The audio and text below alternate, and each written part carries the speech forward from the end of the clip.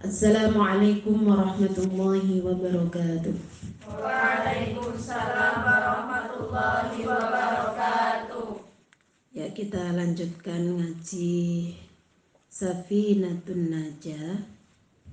Kita baca bareng seperti biasa. Saya menerangkan dengan membaca Kasyifatus Sajah, syarahnya Safinatun Najah. Kita sampai bab apa? Alamatul Qulub.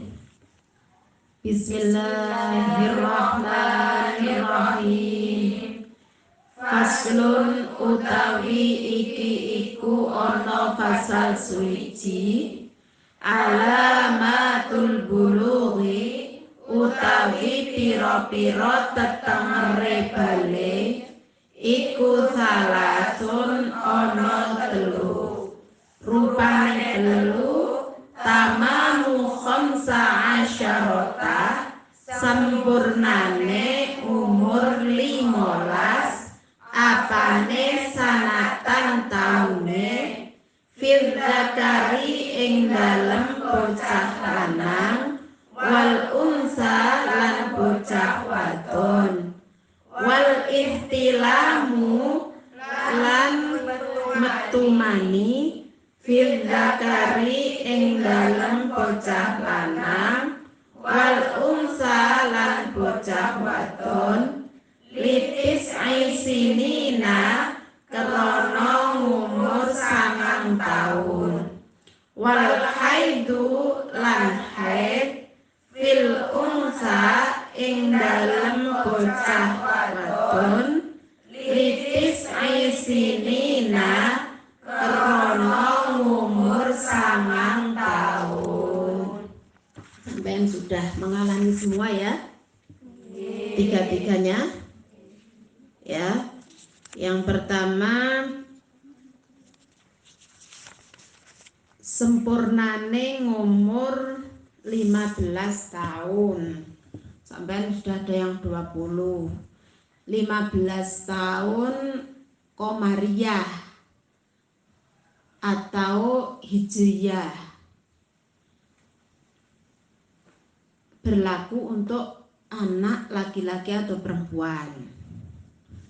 Yang kedua, ihtilam. Ihtilam itu keluar sperma atau tidak jadi keluar karena ditahan. Dalam keadaan tidur artinya ngimpi, atau dalam keadaan terjaga.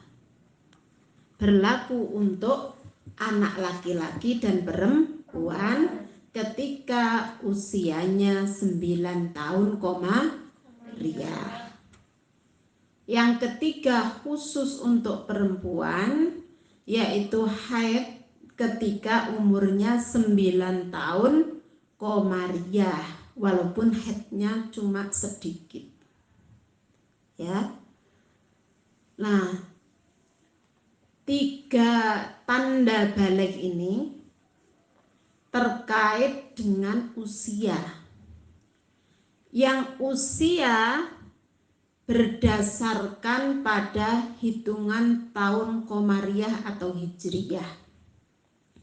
Dalam 1 tahun Hijriyah itu kadang 355 hari, kadang 354 hari kira-kiranya karena ada komane. Sedangkan tahun Masehi atau tahun Syamsiyah yang lebih kita kenal ya, dari Januari sampai Desember. Kalau Komariah dari Muharram sampai Dzulhijjah. Syamsiyah atau Masehi itu jumlah tahunnya kadang 365 hari, kadang 366 hari. Jadi selisihnya berapa hari antara tahun Komariah dan Hijriah dalam setahun? 10 atau 11 ya. Nek 9 tahun, katakanlah 10 saja misalnya, 10 kali 9, 90 90 hari sekitar ya, lebih padahal. Nah, sejak dari sekarang mek sing urung sampean kan insya Allah sudah ya, tahun kelahiran, bulan dan tanggalnya itu ada 2 yang semuanya harus diingat dua-duanya ya, terutama yang tahun Hijriah harus diingat karena terkait dengan hukum-hukum balik ya.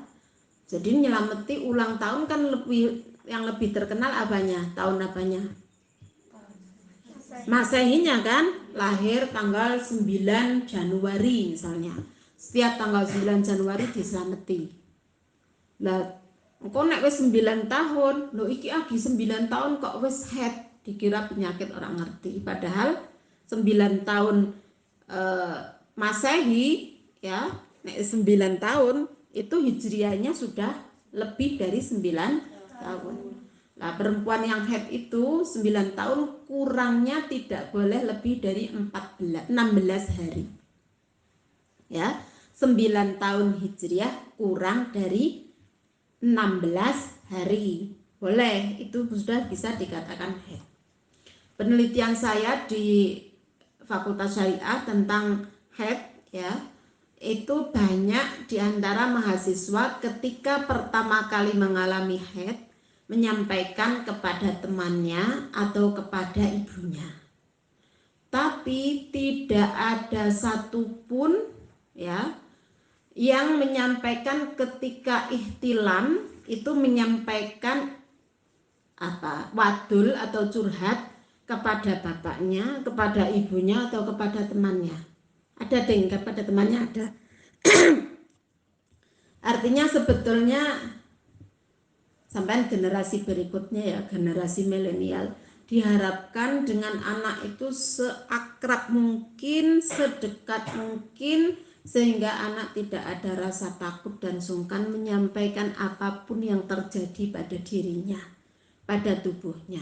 Nek ihtilam ya bilang, nek haid ya bilang ya. Masalahnya kadang pada saat sebelum balik anak-anak tidak pernah diajari tentang menghadapi masa balik, baik secara syar'iyan atau fikhiyan atau secara psikologisnya. Kone arep haid keadaannya begini, sindrom pre-haid misalnya. Itu ya, jadi karena balik itu bisa sangat mudah terjadi ya. Mungkin ada yang 9 tahun wis ihtilam, ada yang 9 tahun 10 tahun mungkin ya, banyak 10 tahun itu sekarang sudah pada haid ya. 9 tahun saya belum menemukan, tapi kalau 10 tahun ada ya. Biasanya yang haidnya lebih awal itu yang gizinya sangat terjamin, informasi tentang tentang seksualitas ya, tentang seksualitas itu asupan informasi tentang seksualitas lebih besar daripada yang tidak. Nah, sekarang kan sudah terbuka, ada internet ya, mau baca apa, mau lihat apa bisa kalau tidak difilter. Makanya anak sekarang umumnya lebih dini, lebih awal haid daripada anak generasi saya, generasi tahun 70-an ya. Nah, itu menjadi PR besar kita semua, sampean calon-calon ibu itu ngembenek punya anak, sejak awal anak sudah diajari tentang tentu saja tentang tauhid ya, sesuai dengan umurnya, tentang babagan ibadah mahdhoh, terutama sholat.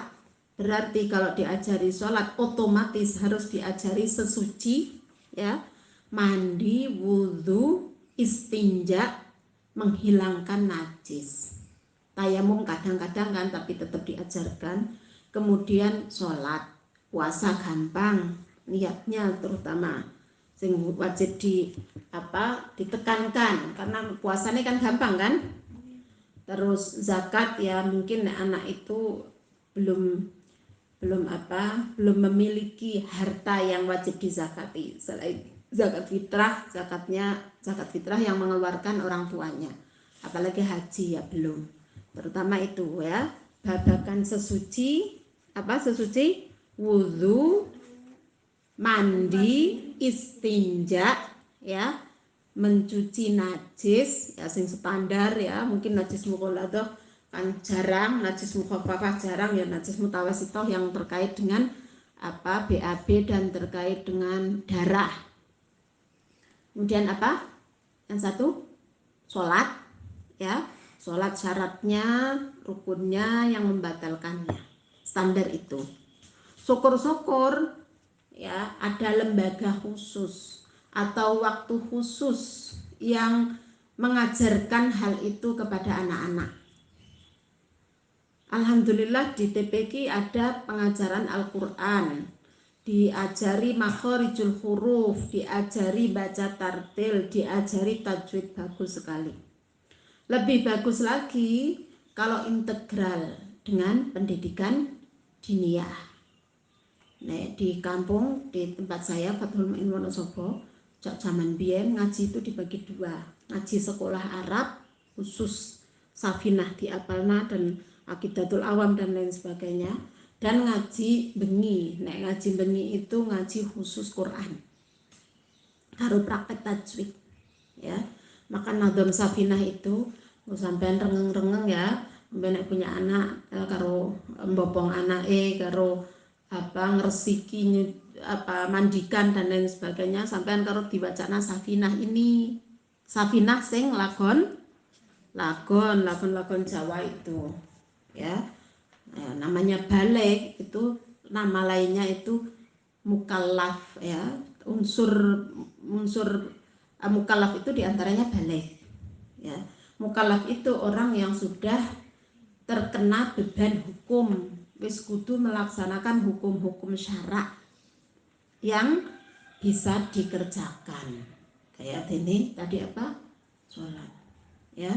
Nah, sampean gawe lembaga kursus menjelang balai, payu kira-kira pengajarannya tentang toharoh dari hadas, najis, dan sholat. Nah, payundi karo misalnya KBIH, kelompok bimbingan ibadah haji. Nah, nek KBIH itu hak-hak orang tua dan hak-hak orang yang mampu ya.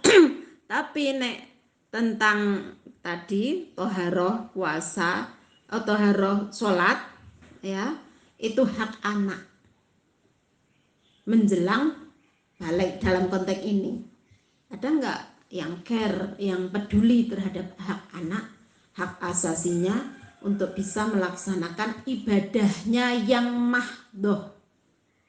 Belum ada kan? Belum ada. Nah, nek belum ada, silahkan sampean pikirkan bagaimana supaya ada. Sing ngajar di TPQ sampean memasukkan atau mengajarkan ya babagan toharoh dan sholat ya.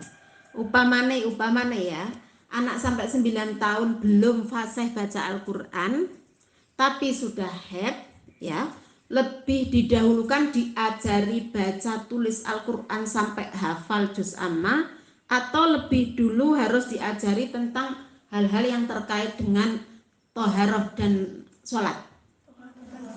Kenapa? Karena toharoh dan sholat itu nanti menjadi kewajibannya anak. Walaupun anak masih kecil 9 tahun atau 10 tahun, asalkan sudah balik, dia sudah wajib mengerti. Siapa yang harus mengertikan adalah orang tuanya. Tapi nek baca tulis Al-Quran apal juz amma itu belum merupakan kewajiban. Sing wajib Al-Fatihah. Mengapa Al-Fatihah wajib dia kuasai? Betul, karena termasuk rukun sholat ya. Jadi kadang ada yang sudah terjadi tapi perlu direkonstruksi ya. Menan ya Mbak, sampean yang ngajar di TPQ diajarkan baca tulis Al-Quran bagus sekali, tapi jangan lupa ya, jangan lupa bahkan yang utama diajari tentang ya tentang toharoh dan sholat paling tidak. Tentu saja sampean juga wajib mengajari tentang tauhid. Wallahu a'lam bishawab.